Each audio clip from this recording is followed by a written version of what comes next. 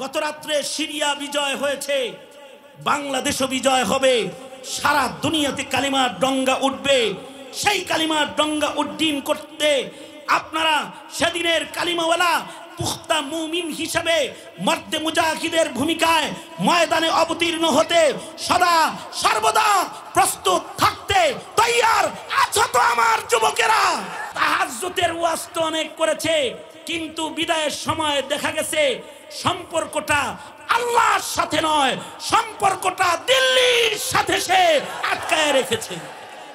সুতরাং এ থেকেও যারা শিক্ষা গ্রহণ করবে না, আওয়ামী লীগের নির্যাতন থেকে যারা শিক্ষা গ্রহণ করতে ব্যর্থ হবে, তারা যদি দেশ চালাও আর শিক্ষা যদি না নাও, এখন যারা রয়েছে সামনেও যারা থাকবে, যদি শিক্ষা না নিতে পারো আর যদি মনোনীত মানুষের কদর তোমরা না করতে পারো, তাহলে একজন পালিয়েছে দিল্লিতে, তোমরা পালাবে ওয়াশিংটনে, আমেরিকাতে আর লন্ডনে।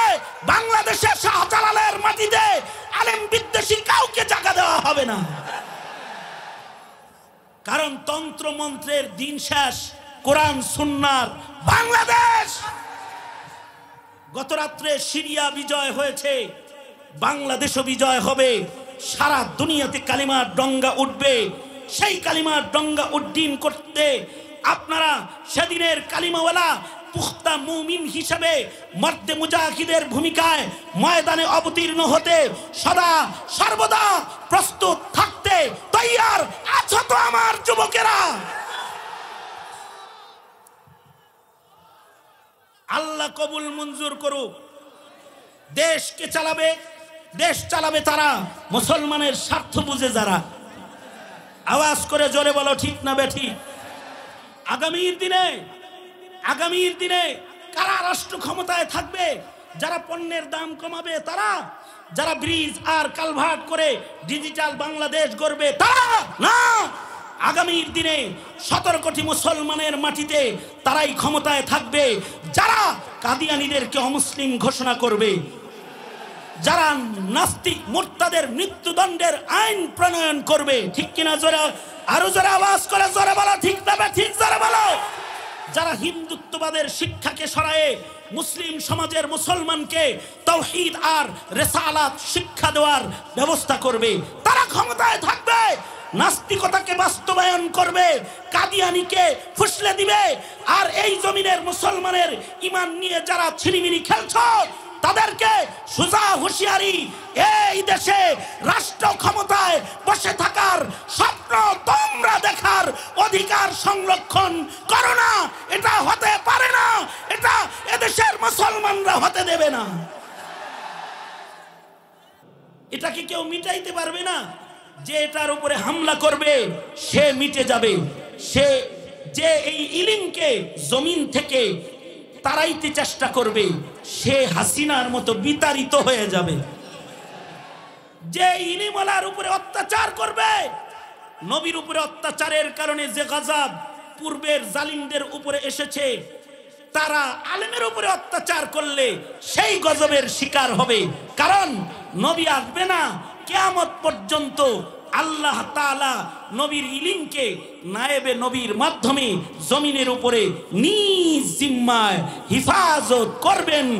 চিল্লায় বলেন কে? আল্লাহ হিফাজত করবেন।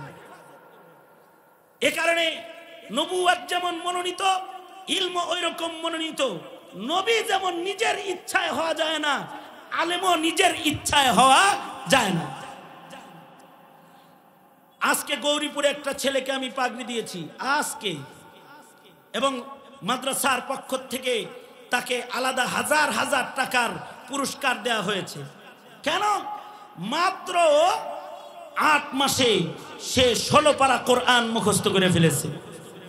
অর্থাৎ 14 পারা পড়ার পরে ওর ব্রেন আল্লাহ তাআলা এমন খুলে দিছে, উস্তাদরা দেখে 4-20টা করে সবক দেয়।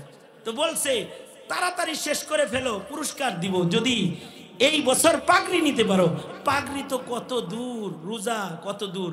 ও এর আগেই সে 5 মাসে সে 8 মাসে 16 পারা কোরআনে কারীম মুখস্থ করে সবক শোনায়া দিয়েছে।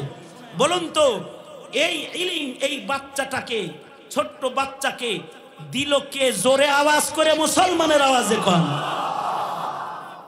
নোয়াখালীর একটা ছেলে মাত্র 49 দিনে কোরআন মুখস্থ করেছে। তাকে 49 দিনে টোটাল কোরআন সিনায় দিয়েছে কে? কারণ এই ইলমের হিফাজতকারী কে? জোরে বলেন, আরো জোরে আওয়াজ করে বলেন। কম্পিউটার দিয়ে হিফাজত করতে হবে না, সফটওয়্যার দিয়ে হিফাজত করতে হবে না। আল্লাহর কুদরতি সিনা আর তার ফাহম সমঝ দিয়ে, আকল দিয়ে, তার জেহেন জাকাওয়াত দিয়ে আল্লাহ তাআলা আল্লাহর দ্বীন, আল্লাহর নূর, ইলমকে কিয়ামত পর্যন্ত হিফাজত করবে।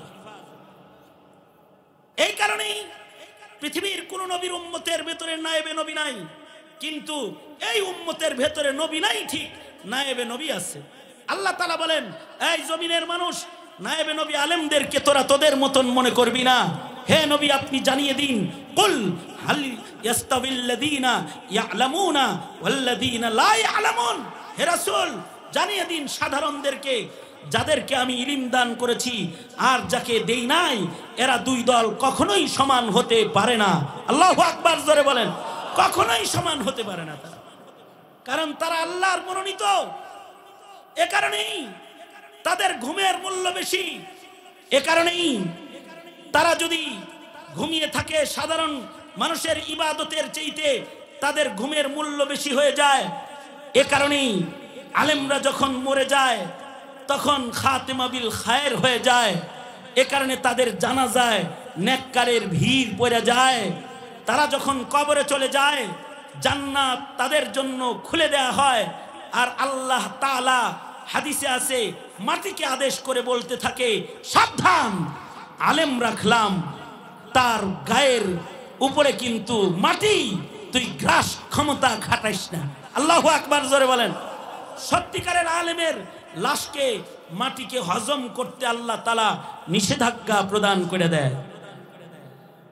শুধু তাই নয়, হাসরের মাঠেও তাদেরকে নায়েবে নবী হিসেবে আলাদা দাঁড় করাইবেন এবং আল্লাহ তাআলা তাদেরকেও বলবেন, ইযহাবু কাদ গাফারতু লাকুম, তোমাদের সিনায় ইলম সংরক্ষণ করার কারণে তোমাদেরকে আমি বিনা হিসাব আজকে জান্নাত প্রদান করলাম।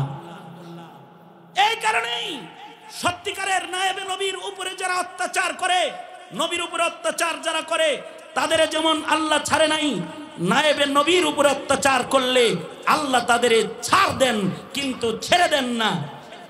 যেমনটি ঘটেছে 16 বছরের অত্যাচারের ফসল আওয়ামী লীগের উপরে, হাসিনাকে আল্লাহ তাআলা ছেড়ে দেন নাই, আলেমদেরকে জেলখানায় তালাবদ্ধ করেছে, নির্দোষ মানুষদেরকে সে ফাঁসি দিয়েছে, রাজপথে হাফেজ আলেমদেরকে গুলি করে হত্যা করেছে, পাখির মতো গুলি করে মাসুম মাসুম শিশুদেরকে লাশ করে ফেলে দিয়েছে। শুধু লাশই করে নাই, এ লাশকে গুম করে মানুষের চোখের আড়াল করে দিয়েছে, অত্যাচার করেছে। রাতের আধারে শাহাদাতের রক্তকে গরম পানিতে ধৌত করে মানব চক্ষুর আড়াল করেছে। এদেশের শেখুল হাদিস আলেম ওলামাকে লাইফ জ্যাকেট আর হেলমেট পরায়ে বড় সন্ত্রাসীর বেশ ধরায়ে আদালতের কাঠগড়ায় খাড়া করেছে, তাদেরকে মাসের পর মাস মামলা দিয়ে হয়রানি করেছে। আল্লাহ তাআলা ছেড়ে দেন নাই, এমন ভাবেই ধরেছেন, 1 ঘন্টার নোটিশে খোদার জমিনে খোদায় হাঁটতে দেয় নাই, পলায়ন করে পালিয়ে যেতে বাধ্য করেছে। তাহাজ্জুদের ওয়াজ তো অনেক করেছে, কিন্তু বিদায়ের সময় দেখা গেছে সম্পর্কটা আল্লাহর সাথে নয়, সম্পর্কটা দিল্লির সাথে সে আটকায় রেখেছে।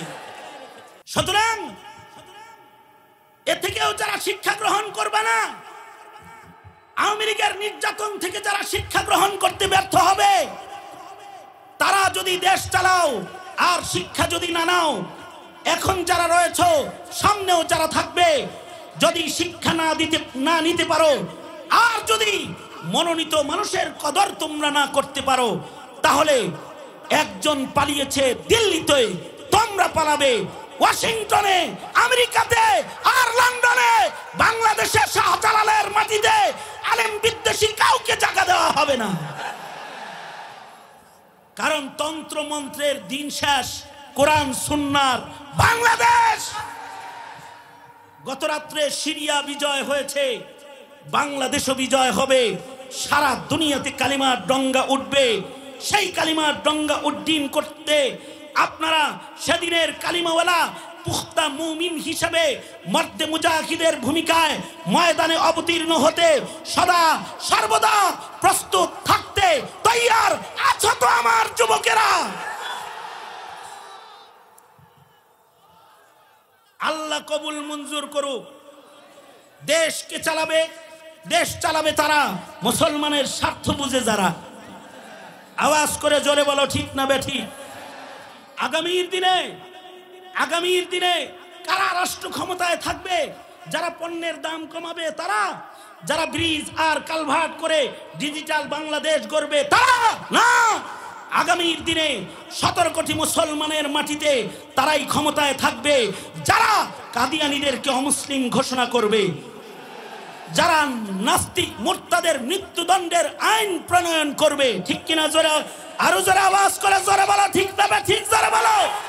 যারা হিন্দুত্ববাদের শিক্ষাকে সরায়ে মুসলিম সমাজের মুসলমানকে তাওহীদ আর রিসালাত শিক্ষা দেওয়ার ব্যবস্থা করবে, তারা ক্ষমতায় থাকবে। নাস্তিকতাকে বাস্তবায়ন করবে, কাদিয়ানীকে ফুসলে দিবে। আর এই জমিনের মুসলমানের ঈমান নিয়ে যারা ছিনিমিনি খেলছো তাদেরকে সোজা হুঁশিয়ারি, এই দেশে রাষ্ট্র ক্ষমতায় বসে থাকার স্বপ্ন তোমরা দেখার অধিকার সংরক্ষণ করো না। এটা হতে পারে না, এটা এদেশের মুসলমানরা হতে দেবে না।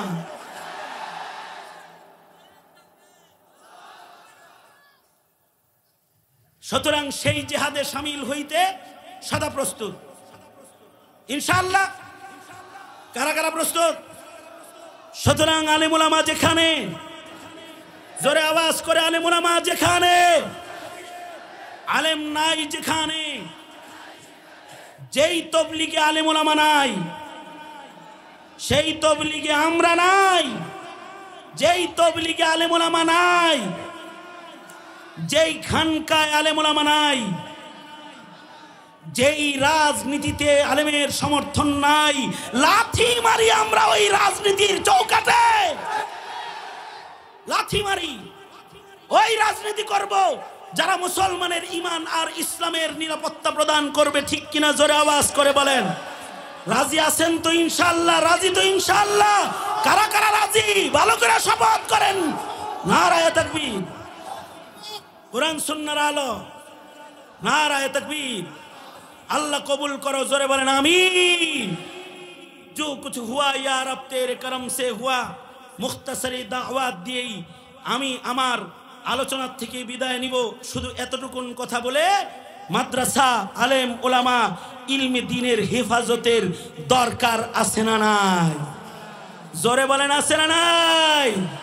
হেফাজত করবেন তো ইনশাআল্লাহ? আল্লাহ তাআলা সবাইকে কবুল করেন।